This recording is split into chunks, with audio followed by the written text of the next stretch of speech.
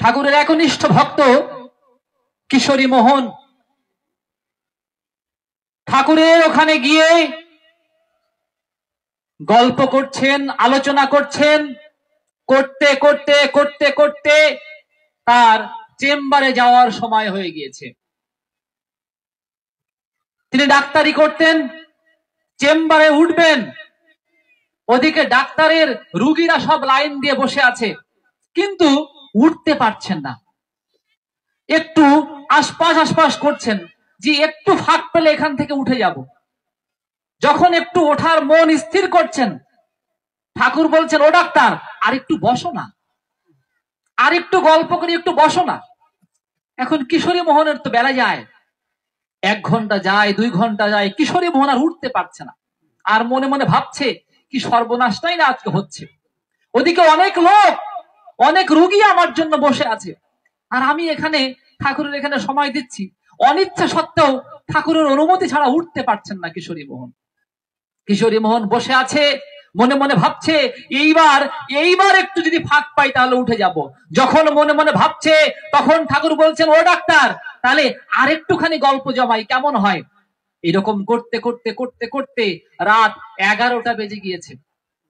রাত 11টা যখন বেজে গিয়েছে, তখন ডাক্তারকে, কিশোরী মোহনকে ঠাকুর বলছেন, ও ডাক্তার যাও দেখি এবার কত রোগী তোমার জন্য বসে আছে। এতক্ষণ সুযোগ পেয়েছে কিশোরী মোহন। কিশোরী মোহন রাত 11টায় গন্ডগ্রাম, সেই হিমায়তপুর কাশীপুর, সেই কাশীপুরের তার যে চেম্বার, ওই গন্ডগ্রামে ওই রাত 11টার সময় হুড় হুড় করে দৌড়াচ্ছে, যদি একটা রোগী কোনোভাবে পাই তাহলে তো 2 পয়সা হবে। এই ভাবতে ভাবতে দৌড়ে দৌড়ে চেম্বারের সামনে গিয়ে দেখে অবাক কাণ্ড, প্রচুর রোগী লাইন ধরে বসে আছে। তারা ডাক্তারকে না দেখিয়ে যাবে না, তাই অপেক্ষা করে বসে আছে কখন ডাক্তার আসবে। কিশোরী মোহন চেম্বারে বসলেন, একের পর এক রুগী দেখেই চলেছেন। অবাক হয়ে গেলেন কিশোরী মোহন, এ কি ব্যাপার? গত 3 মাসে আমি যে উপার্জন করতে পারিনি, আমার একদিনে সেই উপার্জন হয়ে গেল। তা তো হলো। কিশোরী মোহন নিজে মনে বড় প্রীত হলেন, কিন্তু কিশোরী মোহনের মনের মধ্যে কিন্তু একটা ছোট্ট জিনিস ঢুকে গেল। কি সেটা? লোভ ঢুকে গেল। কিশোরী মোহন মনের মধ্যে এই লোভ এমন ভাবে বাসা বেঁধে ফেলেছেন, পরবর্তীতে আবার একদিন তার যখন ডাক্তারির সময়, ইচ্ছা করে ঠাকুরের সামনে গিয়ে বসে আছে। আজকে ঠাকুর আর উঠতেও বলে না, আবার ঠাকুর থাকতেও বলে না, কিছুই বলে না। কিন্তু কিশোরী মোহন ইচ্ছা করেই ভাবছে কি, তাহলে আরেকটু বসি। মনে করছে কি, আরেকটু বসলে তো লাভ আছে, ঠাকুর তো বোনাস সহ দেবে আমাকে। এই মনে মনে ভাবছে, আর ভাবছে কি, তাহলে আরেকটু বসি। ভাবতে ভাবতে যখন সবাই উঠে চলে যাচ্ছে, তার কিশোরী মোহন কি করবে? কিশোরী মোহন উঠে চলে যাচ্ছে। আজকে কিশোরী মোহন চেম্বারে গিয়ে একটা রোগী পাচ্ছে না, কিন্তু আজকে কিশোরী মোহনের বড্ড রোগীর দরকার, আজকে কিশোরী মোহনের বড্ড টাকার দরকার, আজকে কিশোরী মোহনের ঘরে বড্ড অভাব। অনেকদিন ধরেই কিশোরী মোহনের ঘরের চাল বাড়ন্ত হয়ে আছে। আজকে রুগী দেখে উপার্জন করে টাকা নিয়ে যখন তার চাল ডাল কিনে নিয়ে যাওয়া হবে, তখন তার সন্তানদের মুখে 2টো অন্ন উঠবে। কিন্তু কিশোরী মোহন বড্ড দুশ্চিন্তায় পড়ে গিয়ে অনেক রাত পর্যন্ত তার চেম্বার খোলা রেখে যখন দেখছে আর কোনো উপায় নেই, আমাকে বাড়ি ফিরতেই হবে, তখন গুটি গুটি পায়ে আস্তে আস্তে আস্তে আস্তে বাড়ির দিকে যাচ্ছে। আর ভাবছে, হে দয়াল, আমি বড্ড ভুল করেছি, আমি বুঝতে পারিনি যে তোমার কাছে লোভ করতে নেই, আমি বড্ড ভুল করেছি। কিন্তু দয়াল, তুমি তো আমার কথা চিন্তা করলে, ভুল তো আমি করেছি। আমার ঘরের সন্তান, ওরা তো কোনো ভুল করেনি, ওরা তো লোভ করেনি, তুমি ওদেরকে না খাইয়ে রাখবে? হে দয়াল, কেমন করে সম্ভব? তুমি ওদের দিকে তাকিয়ে আমার এই ভুল মার্জনা করে দাও। তুমি দয়াময়, তুমি চাইলে সব পারো। আজকে ওরা আমার দিকে চেয়ে বসে আছে সারাদিন না খেয়ে। কিশোরী মোহন এরকম করে যখন ভাবছেন, ভাবতে তার ঘরের আঙিনায় চলে আসছেন, কিন্তু দরজায় নক করতে পারছেন না, ডাকতে পারছেন না। কোন সাহসে ডাকবেন? কারণ ঘরের মধ্যে যারা আছে তারা তো বসে আছে, বাবা আসছে, আমার স্বামী আসছে, তারা যে অন্ন, তারা যে খাওয়ার জন্য বসে আছে। তাই কিশোরী মোহন ডাকতে পারছে না। কিশোরী মোহন নীরবে শুধু আকুল প্রাণে ঠাকুরকে ডাকছে, ঠাকুর তুমি যদি সত্যি সত্যি আমার ঠাকুর হয়ে থাকো তবে আমাকে ক্ষমা করে দাও, আমাকে ক্ষমা করে দাও, এবারের মতো আমাকে এই লজ্জায় ফেলো না। হঠাৎ করে পিছন দিক দিয়ে দুর্গানাথ সান্যাল ডাক দিচ্ছেন, ও কিশোরী দা, এই দেখেন না ঠাকুর আপনার জন্য চিড়া পাঠিয়েছে, ঠাকুর আপনার জন্য চিড়া পাঠিয়েছে। কিশোরী মোহন অবাক হয়ে পিছন দিকে তাকিয়ে দেখে সত্যি দুর্গানাথদার হাতে এক টোপলা, বড় এক টোপলা চিড়ে। কিশোরী মোহন মনে মনে ভাবলো, যাক, যা হোক কিছু তো একটা পাওয়া গেল, আজকে রাতটা অন্তত পক্ষে চিড়া খাইয়ে থাকা যাবে। দুজনে মিলে যখন দু একটা কথা বলছে, হঠাৎ করে দেখে পিছনে ঠাকুর স্বয়ং। ঠাকুর এসে বলছেন, আরে দুর্গানাথ দা, এ শুধু চিড়া হলে কি হয়, সাথে একটু রসগোল্লা হলে কেমন হয়? দিন তো রসগোল্লাটাও কিশোরীকে দিয়ে দিন, ডাক্তারকে রসগোল্লাটাও দিয়ে দিন। খুব ভালো, খুব ভালো। ডাক্তারকে রসগোল্লা দিয়ে দেওয়ার কথা। ডাক্তারকে রসগোল্লা দিয়ে দেওয়া হলো। ডাক্তারকে রসগোল্লা যখন দিয়ে দেওয়া হলো তখন কিশোরী মোহন আর অন্য দিকের সম্বিত না ফিরে ভাবছে কি, তাহলে আমি এক কাজ করি, আমি আমার এই চিড়া আর এই রসগোল্লা ঘরের মধ্যে গিয়ে ওদের দিয়ে আসি। ঘরের মধ্যে গিয়ে ওদেরকে যখন দিতে যাবে হঠাৎ করে ভাবছে, আমি ঠাকুরকে ফেলে, দুর্গানাথদাকে ফেলে কি করে আমি ঘরের মধ্যে যাই? তাই তো, কি করে ঘরের মধ্যে যাওয়া যায়? হঠাৎ করে পিছন দিকে তাকিয়ে ভাবলেন কি, ওদেরকে ডেকে আগে বসাই। পিছন দিকে তাকিয়ে দেখেন অন্ধকার ওই জগতের মধ্যে কেউ নেই, সে একাকী দাঁড়িয়ে আছে। নেই কোনো দুর্গানাথ সান্যাল, নেই কোনো ঠাকুর অনুকূল চন্দ্র। সে হঠাৎ করে ভয়ে থমকে গিয়ে ভাবছে, কেমন হলো, তাহলে কে আসলো, কে এসে আমাকে চিড়া দিয়ে গেল, আর কে এসে আমাকে রসগোল্লা দিয়ে গেল? এ কোন রূপ, এ কোন লীলা তোমার ঠাকুর? অদ্যাবধি করে লীলা সেই গোরা রায়, কোন কোন ভাগ্যবান দেখিবারে পায়। ঠাকুর এসে এ যুগে এমন লীলা করলেন, ঠাকুর বলছেন, এ যুগে করব লীলা হেন চমৎকার, আমি নিজে বুঝিব না জীবে কোন ছাড়। কে তিনি আমরা চিনতে পারিনি। আমার অনুজ প্রতিম শ্যামল খুব সুন্দর করে বলছিলেন জগতের সেই সমস্যার কথা, যেটা জগতের একটা আদি সমস্যা। সেটা কি? গাছের গোড়া না চিনে আগায় জল ঢাললে লাভ হয় না। এই জগতে ধর্মের গ্লানি হয়েছে। আমরা জানি গীতার মধ্যে ভগবান কি বলেছিলেন, ইয়দা ইয়দা হি ধর্মস্য গ্লানির্ভবতি ভারত অভ্যুত্থানমধর্মস্য তদাত্মানম সৃজম্যহম পরিত্রাণায় সাধুনাং বিনাশায় যদুষ্কৃতাম ধর্ম সংস্থাপনার্থায় সম্ভবামি যুগে যুগে।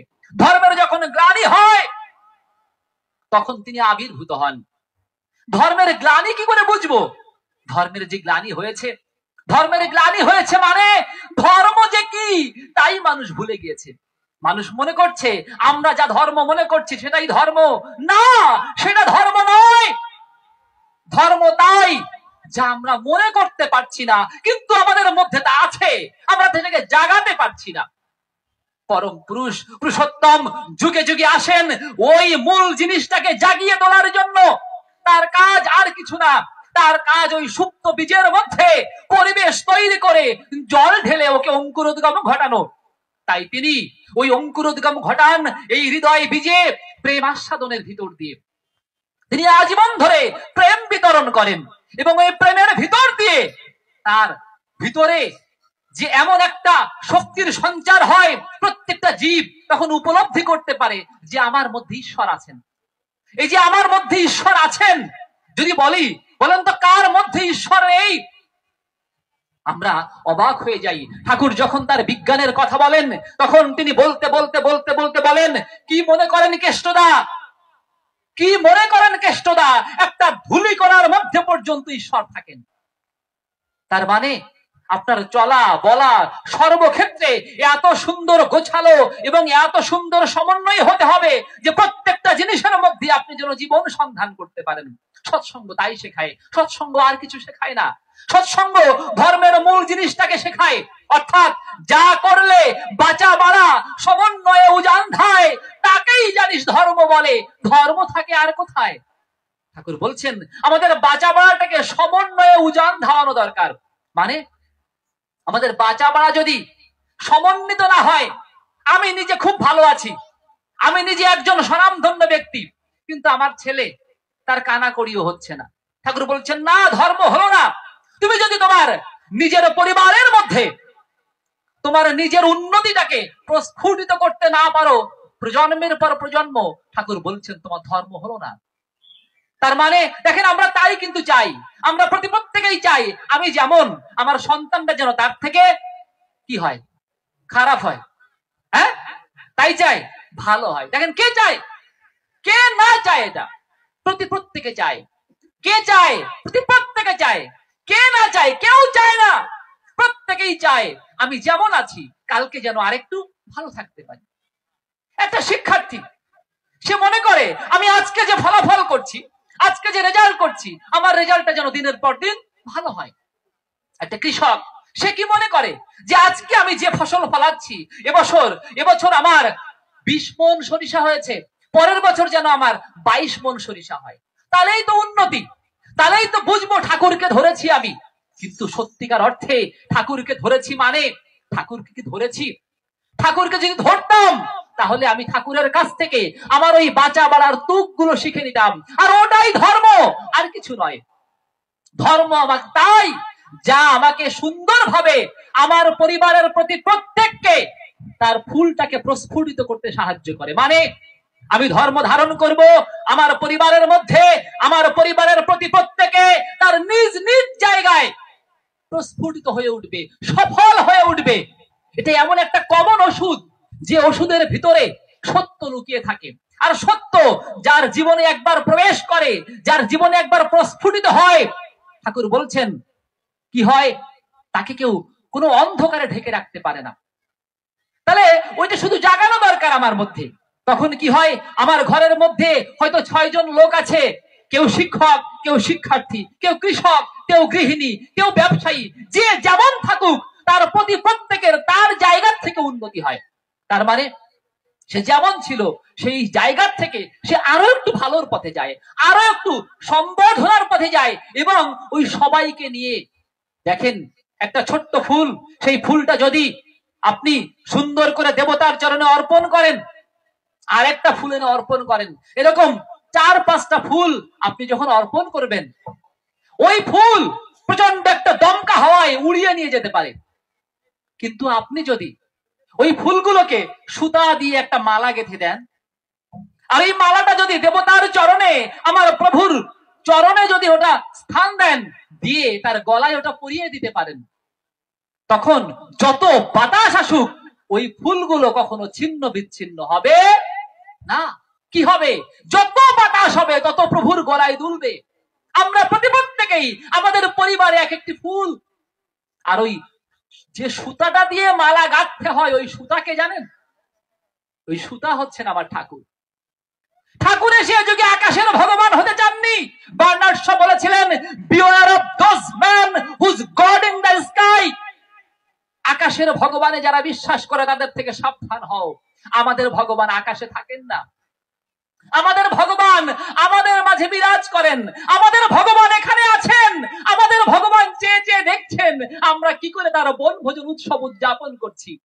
দয়াল ঠাকুর যে বছর প্রয়াত হন, তার এই জন্মের এই লীলা যে বছর সাঙ্গ হয়, সে বছর তিনি সানুদির অনুরোধে, অর্থাৎ তার ছোট মেয়ে শান্তনা দেবীর অনুরোধে বললেন, তাহলে আমরা সানু যেমন বলছে ওরকম করে একটা বনভোজন করি। আমরা প্রভুর সেই স্মৃতি রক্ষা করে চলেছি।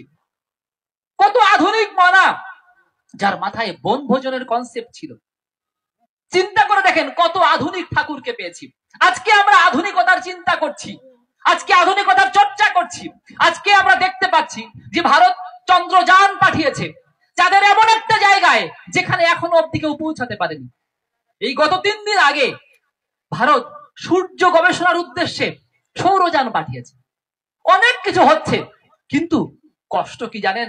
ঠাকুর একদিন কেষ্টদাকে বলছেন, কেষ্টদা, কেষ্টদা, আমি যা যা বলছি সব সব অক্ষরে অক্ষরে খাটবে। আমার শুধু কষ্ট কি জানেন, যে আপনারা এত কিছু জেনেও কিছু করতে পারলেন না। কষ্ট এটাই যে আপনারা আগের থেকে এত কিছু জানলেন কিন্তু কিছু করতে পারলেন না। ঠাকুর একদিন অ্যাটম নিয়ে কথা বলছেন, অ্যাটম নিয়ে কথা বলতে বলতে বলতে বলতে হঠাৎ করে বলছেন, আজকের এই তারিখটা লিখে রাখেন। তারিখটা লিখে রাখা হলো। ঠিক ঠিক দেখা গেল ওই তারিখেই তখন থেকে প্রায় 30 বছর পর অ্যাটম নিয়ে কথা বলছে বিজ্ঞানীরা। ঠাকুর বলছেন, কেষ্টদা মনে করে দেখুন তো, এখন থেকে ঠিক 30 বছর আগে এই কথাগুলোই তো আমরা বলেছিলাম। কেষ্টদা, আমি খালি চোখে যা দেখতে পাই আপনারা অনুবীক্ষণ যন্ত্র দিয়েও তা দেখতে পারেন না। আমি চেয়েছিলাম নাম করতে করতে নামের বীজ আপনাদের মধ্যে এমন ভাবে জাগ্রত হোক, আপনারা সংসারের মধ্যে এক একটা বিজ্ঞানাগার করে তোলেন। ঠাকুর বলছেন, সৎসঙ্গ ফ্যামিলি কেমন হবে জানো? একটা সৎসঙ্গ ফ্যামিলির মধ্যে ছোট ছোট কুটির শিল্প থাকবে, প্রত্যেকটা সৎসঙ্গ ফ্যামিলির মধ্যে ছোট ছোট একটা স্কুলের মতো থাকবে, প্রত্যেকটা সৎসঙ্গী ফ্যামিলির মধ্যে ছোট ছোট একটা গবেষণাগার থাকবে। একটা সৎসঙ্গী পরিবারের দাদা মা সন্তান সন্ততি এমন হয়ে গড়ে উঠবে, ওই পাড়ার ওই গ্রামের ওই সমাজের মানুষ চেয়ে দেখবে এমন মানুষ হয়, এমন পরিবার হয় কি করে।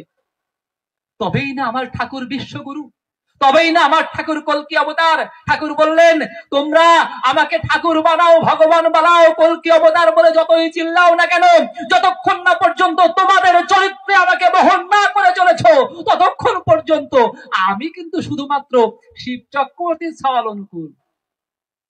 কি চাওয়া তার? ঠাকুর বললেন, এ যুগে আমি ভগবান শাস্তে আসিনি, আমি প্রতি ঘটে ঘটে ভগবানকে স্থাপন করতে এসেছি। আমি চাই তোমার মধ্যে জেগে উঠুক ভগবান। তাই তিনি স্পষ্ট করে বললেন, অর্থ মান যশ ইত্যাদি পাওয়ার আশায় আমাকে ঠাকুর সাজিয়ে ভক্ত হয়েও না। আমরা দেখেন সবাই ম্যাক্সিমাম ওই আশাতেই আসি এবং আমাদের সব দিকে খেয়াল, কিন্তু ওই একটা জায়গায় খেয়াল নেই। একথা কেন বলছি? একথা রানী আলী বলে বলছি।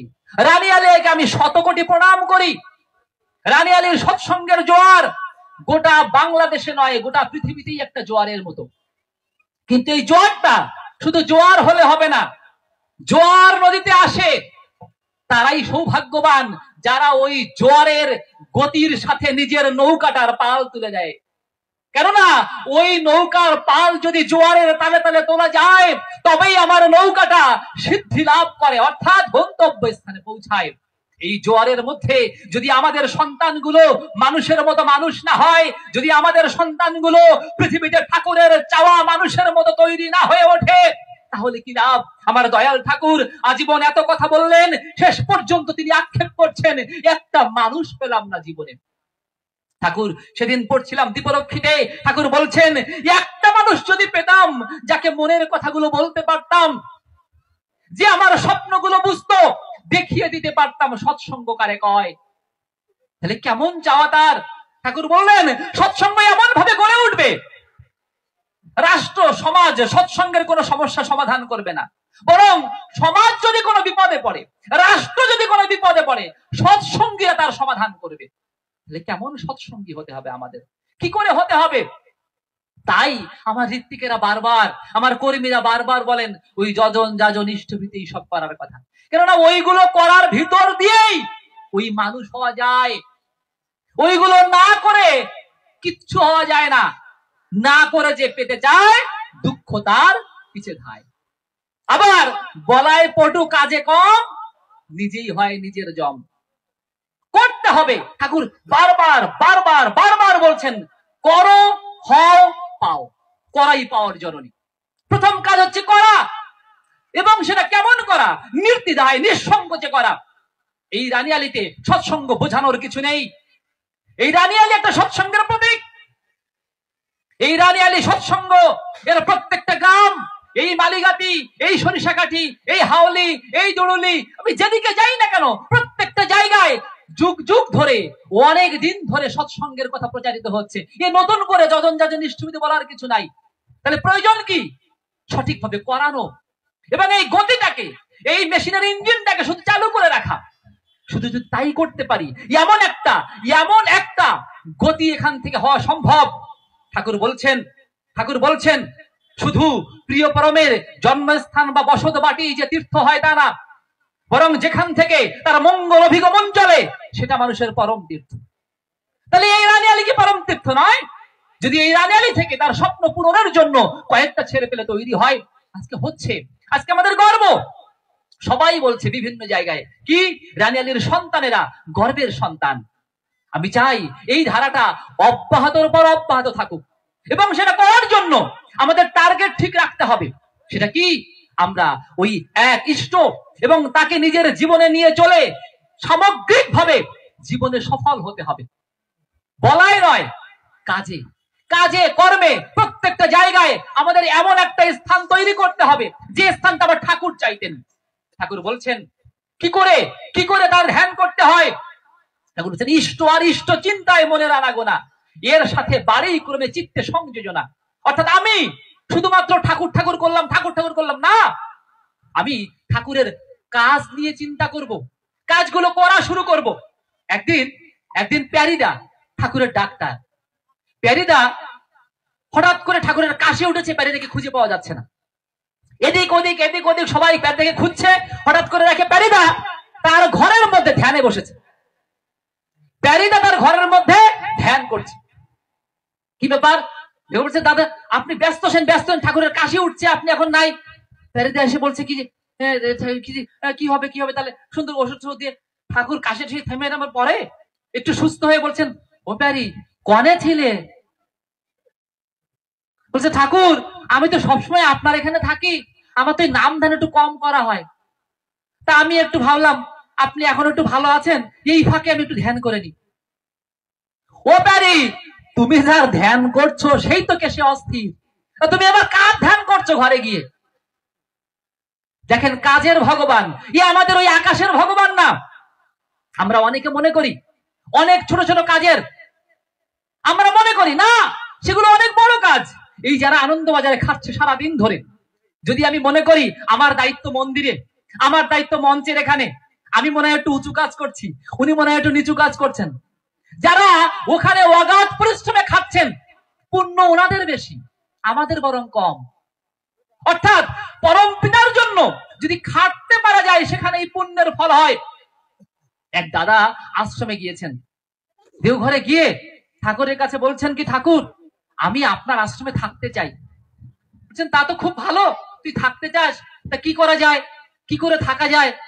থাক তাহলে। তো উনি আছেন একদিন দুই দিন, বলছেন ঠাকুর আমি কি করে থাকবো, আমাকে তো কেউ কিছু বলে না, কোথায় থাকবো কি করব না করব আমাকে তো কেউ কিছু বুঝাই দিচ্ছে না, আমি কি করে থাকবো, আপনি যদি বলে টলে দেন। ঠাকুর বলছেন আমি কি বলবো, তোর আশ্রম তোর কাজ, তুই যেভাবে করবি দেখবি সেভাবেই থাকবি। তাহলে আমি একটা বুদ্ধি দিই তোকে। বলেন ঠাকুর? তুই একটা কাজ খুঁজে নে।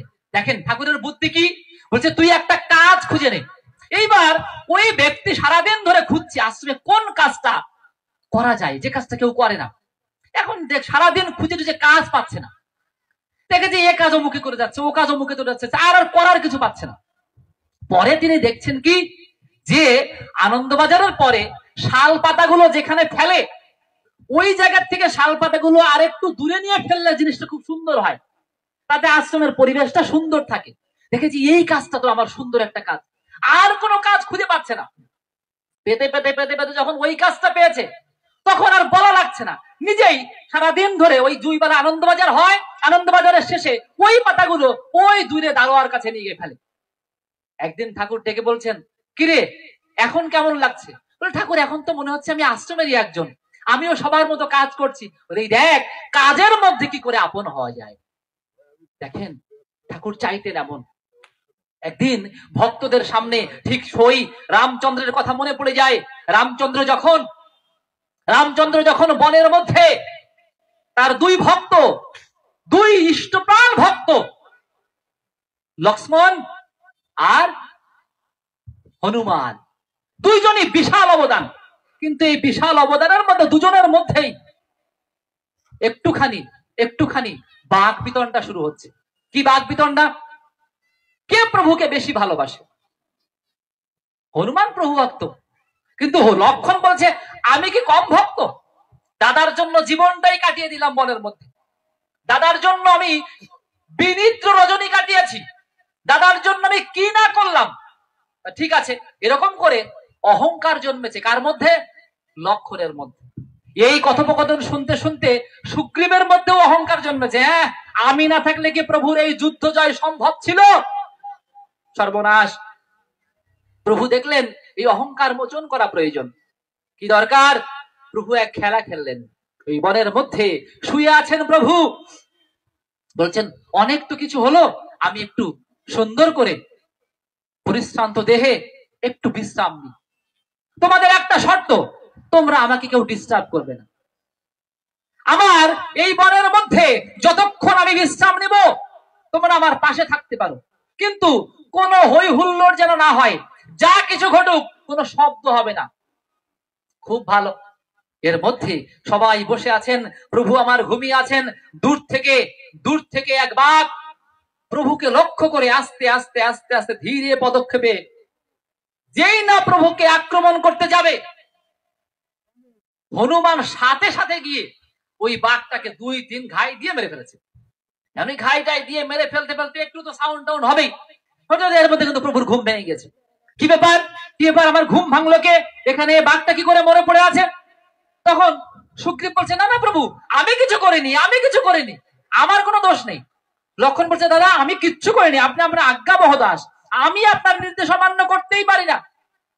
হনুমান লাফ দিয়ে বলছে প্রভু আমি করেছি, আপনি বলেছিলেন যে এরকম করবে তার গর্দান দেবেন, আপনি আমার গর্দান দেন, আমার কোনো আপত্তি নেই, আমার গর্দান দিতে কোনো আপত্তি নেই, কিন্তু আমার চোখের সামনে আমার প্রভুর বিন্দু মাত্র ক্ষতি হবে, আমি হনুমান বেঁচে থাকতে তা হতে দেব না। ঠাকুর প্রমাণ করলেন ভক্ত কাকে বলে। যুগে যুগে তিনি এমন প্রমাণ করেন। ঠাকুরের সামনেও বিশাল জ্ঞানী ভক্ত ছিলেন কেষ্টদা, ঠাকুরের সামনে বিশাল কর্মী ভক্ত ছিলেন সুশীলদা, ঠাকুরের সামনে এরকম কত কত ভক্ত ছিলেন। তাদেরও মধ্যে একবার অহং জেগেছে। ঠাকুর তাদেরকে বোঝানোর জন্য বললেন কি, আমার এক সপ্তাহের মধ্যে 10,000 টাকা লাগবে, কিন্তু শর্ত টাকাটা পাকিস্তান থেকে এনে দিতে হবে, মানে তখনকার বাংলাদেশ। টাকাটা পাকিস্তান থেকে কালেকশন করে আনতে হবে এবং 7 দিনের মধ্যেই লাগবে। কে পারবেন? কেউ আর নিজের থেকে হাত তোলে না, সবাই প্রভুর ভক্ত, নিজের থেকে কেউ হাত তোলে না। সবাই আস্তে আস্তে মাথাটা একটু লুকাচ্ছে, এদিক ওদিক করছে, যে কারণ যদি ভারত থেকে হতো না সম্ভব ছিল, কিন্তু এই এক সপ্তাহের মধ্যে পাকিস্তানে যাওয়া, পাকিস্তান থেকে আসা, তখন তো আর পাসপোর্ট না, আবার এক সপ্তাহের মধ্যে এখান থেকে কালেকশন করা, এ তো দুরূহ ব্যাপার। তখন আর কেউ সম্মতি দিচ্ছে না। ঠাকুর হঠাৎ করে বলে এই ভোলাকে ডাকতো। ভোলা আশ্রমের মালি ছিল, মানে এই বাগান সাপ টাপ সুন্দর করে পরিষ্কার করতো, ফুল বাগান তৈরি করা, এই ভোলাকে ডাক দিয়েছে। ঠিক আছে, ভোলা এসে ভোলাকে বলছে ভোলা এই আমার না 7 দিনের মধ্যে 10,000 টাকা লাগবে পাকিস্তান থেকে, তুই আনবে পারবি না? বলছেন ঠাকুর অবশ্যই পারবো। কি বলেন? আপনি বলবেন আর আমি পারবো না তাই কি হয়? আচ্ছা ঠিক আছে ভোলা, যা তো তাহলে। ভোলার সাথে সাথেই রওনা। ভোলার কোনো ব্যাগ নেই, কোনো কিছু নেই, কোনো চিন্তা নেই, ওর আগেও কিছু নেই, পাশেও কিছু নেই। ভোলা ওই যে কি বললো যে হ্যাঁ থাকলো ঝোলা চললো ভোলা। হ্যাঁ তাহলে ভোলার কিন্তু আর চিন্তা নেই, ভোলা থাকলো ঝোলা চললো ভোলা। ভোলা গতিতে ওর মতো চলতে চলতে পাকিস্তানে চলে আসছে, পাকিস্তানে তো চলে আসছে। এইবার ভোলার কাছে তো কিছু নেই, সেই ভোলা ঠিক 6 দিনের দিন তার 10,000 টাকা ম্যানেজও হয়ে গিয়েছে। কিন্তু ভোলা পার হবে কি করে? কারণ ভোলার আর কিছুই তো নেই। ওই 10,000 টাকা ওই সময়কার রাখবে কোথায়? একেতে নেই পাসপোর্ট, তারপর নেই ভিসা, তারপর নেই কোনো কিছু। ওই 10,000 টাকা কি করে নিয়ে ওদের সামনে পার হবে? কোনো উপায় ভোলা খুঁজে পাচ্ছে না। তখন ভোলা ভাবলো কি, আমাকে তো যেতেই হবে, সময় তো কালকের দিন, কোনো চিন্তা নেই, আমার প্রভুর জন্য আমাকে যেতে হবে। আর তাই প্রভুর জন্য আমি জীবনের সব ত্যাগ করেছি, প্রভুর জন্য আজ আমি আমার জীবনের লজ্জাটুকু ত্যাগ করে দিব। ভোলা একটা বুদ্ধি আটলো। কি বুদ্ধি জানেন? ভোলা তার পরনের যে ধুতিখানা ছিল খুলে ফেলে দিল।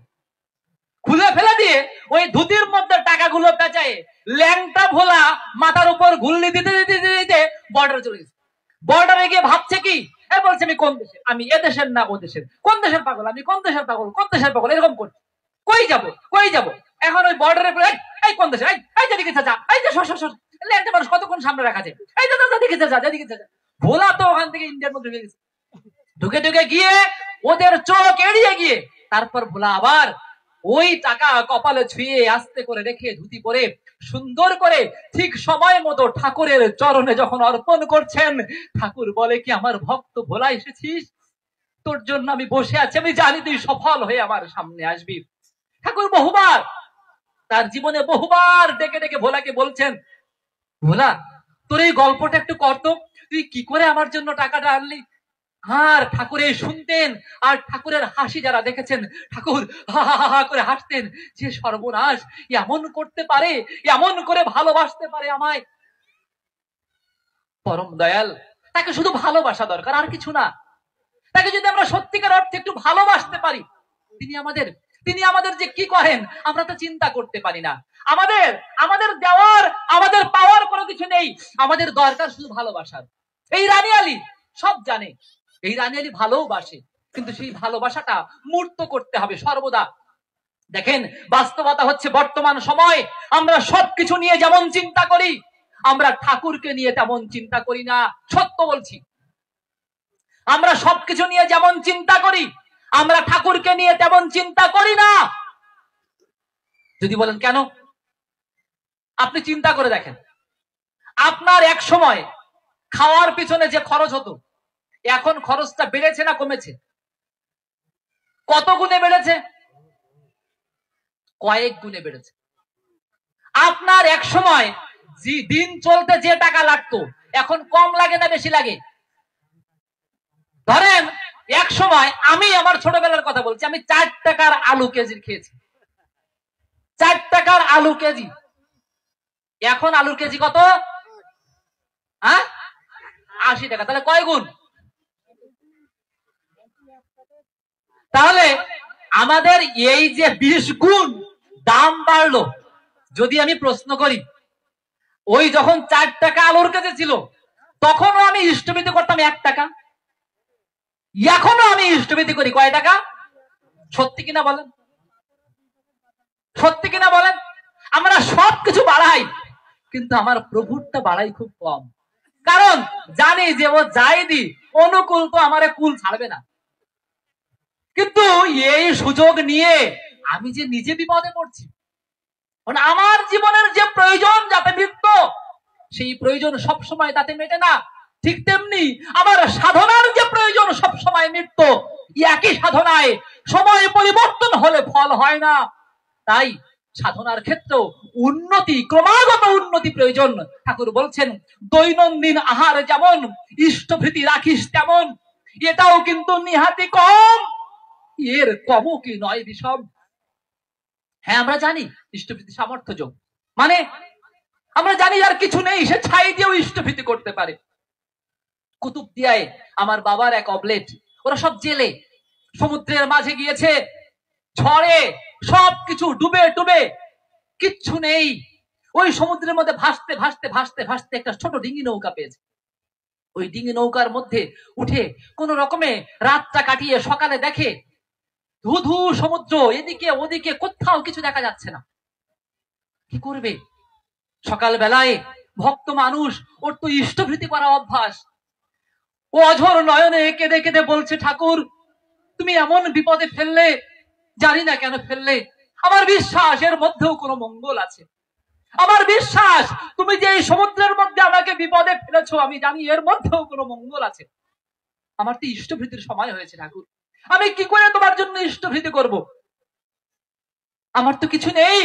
তখন ওই সমুদ্র থেকে করজোরে জল তুলে বলছে, হে প্রভু, আমি যদি বেঁচে থাকি এই সমুদ্রের জল খেয়ে বেঁচে থাকবো, আর তাই এই জলের অগ্রভাগ আমি তোমার নামে নিবেদন করছি, প্রভু তুমি আমার ইষ্টভৃতি গ্রহণ করো।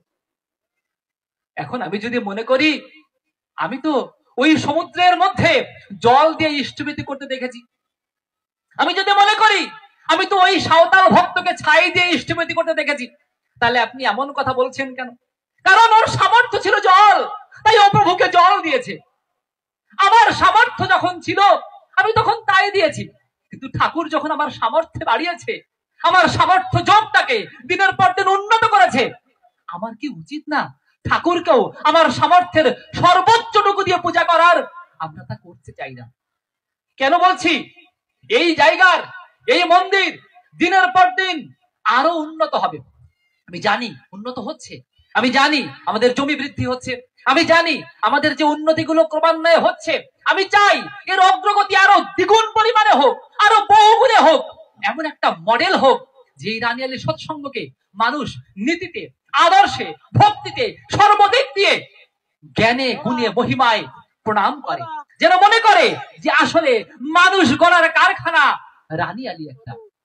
ঠাকুর বলছেন যথাযথ শ্রমের সাথে জ্ঞানের যেটা আহরণ, সুধীগণ আশ্রম বলে তারে করেন সম্বোধন। আমরা দেখবেন একটু খেয়াল করে আমাদের কেন্দ্রীয় সৎসঙ্গ আশ্রম দেরুলি খুলনার যতগুলো মন্দির আছে, আমরা সবগুলো মন্দিরকে মন্দির বলি না। কোথাও দেখবেন আমাদের নাম থাকে কি পুরুষোত্তম শ্রী ঠাকুর অনুকূল চন্দ্র সৎসঙ্গ আশ্রম। মন্দির না, এটা একটা শাখা আশ্রম। আশ্রম মানে শুধু মন্দির না। মন্দিরে কি হয়? সকাল সন্ধ্যা প্রার্থনা হয়, শুক্রবারে একটি হয় না। আশ্রম মানে তার মধ্যে কর্মযোগ থাকে। ঠাকুর চাইতেন প্রত্যেকটা ইউনিটে ইউনিটে একটা আশ্রম গড়ে উঠুক, কেননা ওই আশ্রমের ভিতর দিয়ে মানুষ গড়া যায়। তাই কথা বললে তো কথা শেষ হবে না, এ কথা শুধু বলার মাত্রই। আর শুধুমাত্র একটা জিনিস বলবো, সেটা হচ্ছে এই, আমার খুব কষ্ট লাগে ঋত্বিক সম্মেলনের সময়। আমি এই কথাটা আজকে রানিয়ালিতে না বলে পারছি না, কেননা আপনারা একজনকে খুব ভালোভাবে চেনেন, সুকারুদেব বর্মন। চেনেন না? সুকারু যারা চেনেন না, কে কে জানে? আচ্ছা চেনেন কে কে? সবাই চেনেন। সুকারুদা এইরকম একটা আসরে, ওখানে যে কোনো অনুষ্ঠানে 50টা 100টা পত্রিকা এমনি বিক্রি করে ফেলে। রানিয়ালির যে জনজোয়ার, আমার রানিয়ালির ঋত্বিক দেবতা শ্রী মিহির কান্তি মন্ডলকে ধরেও 20টা পত্রিকা দেওয়া যায় না। আমার কারণ বলে কি জানেন? যত দোষ আপনাদের গাড়ি চাপায়, যে রানিয়ালির লোক পত্রিকা নিতে চায় না, পড়ে না, পড়লেও টাকা দেবে না। এ কথা আমি বিশ্বাস করতে পারিনি এবং আমি এখনো বিশ্বাস করি না। আমি জানি যে রানিয়ালির লোক এমন হতেই পারে না, কারণ তারা আশ্রমমুখী, মন্দিরমুখী নয়। আশ্রমমুখী যারা হবে তাদের জ্ঞান কর্মের সংমিশ্রণ থাকবে। তাই আমি অনুরোধ করব, এখানে আজকে 50টা পত্রিকা আনা হয়েছে, এই 50টা পত্রিকা এখানেই শেষ হবে। কেন বলছি জানেন? এটা পত্রিকা না। যদি আপনি মনে করেন এটা পত্রিকা, তাহলে পত্রিকা, কিন্তু এটা আপনার জীবনের সম্পদ। আপনি চিন্তা করে দেখেন, 20টা মাত্র টাকা। এই 20 টাকা আপনার সন্তানকে আপনি চিপস কিনে দেন, মিস্টার টুইস্ট দেন না? ও প্রতিদিন একটা করে চিপস যদি খায়, মাসে 600 টাকা ও চিপসে যায়। আপনি যদি একটা সিগারেট খান, সিগারেটের নাম আমি জানি না যদিও, ধরেন এরকম যদি আপনি ভালো মানের সিগারেট খান, তা 2 বেলাতে আপনার 20 টাকা এমনি যায় কি যায় না? যে পান খায় তার দিনের মধ্যে 20 টাকার পান এমনি যায় কি যায় না? আমি প্রভুর নামে বলছি, একটা দিন সিগারেট না খান, একটা দিন পান না খান, একটা দিন বাচ্চাকে চিপসটা না কিনে দেন, তাও একটা পত্রিকা নিন। ওই পত্রিকা আপনি পড়তে পারেন না, সমস্যা নেই, ওই পত্রিকাটা আপনার ঘরের মধ্যে থাকলে আর একজন লোক এসে দেখেও তার লাভ হতে পারে। ওই পত্রিকাটা যদি সময় পান, আপনার ছেলেটা, আপনার নাতিরা যখন ভিডিও গেমস খেলছে, আপনি যদি বুদ্ধি করে বলেন, বাবা এই পত্রিকা নিয়েছি, দেখ তো একটু পড়ে শোনাতো আমাকে। বুদ্ধিগুলো এমন ভাবে সন্তানদের মধ্যে ঢুকাতে হয় যেগুলো চিন্তা করা যায় না।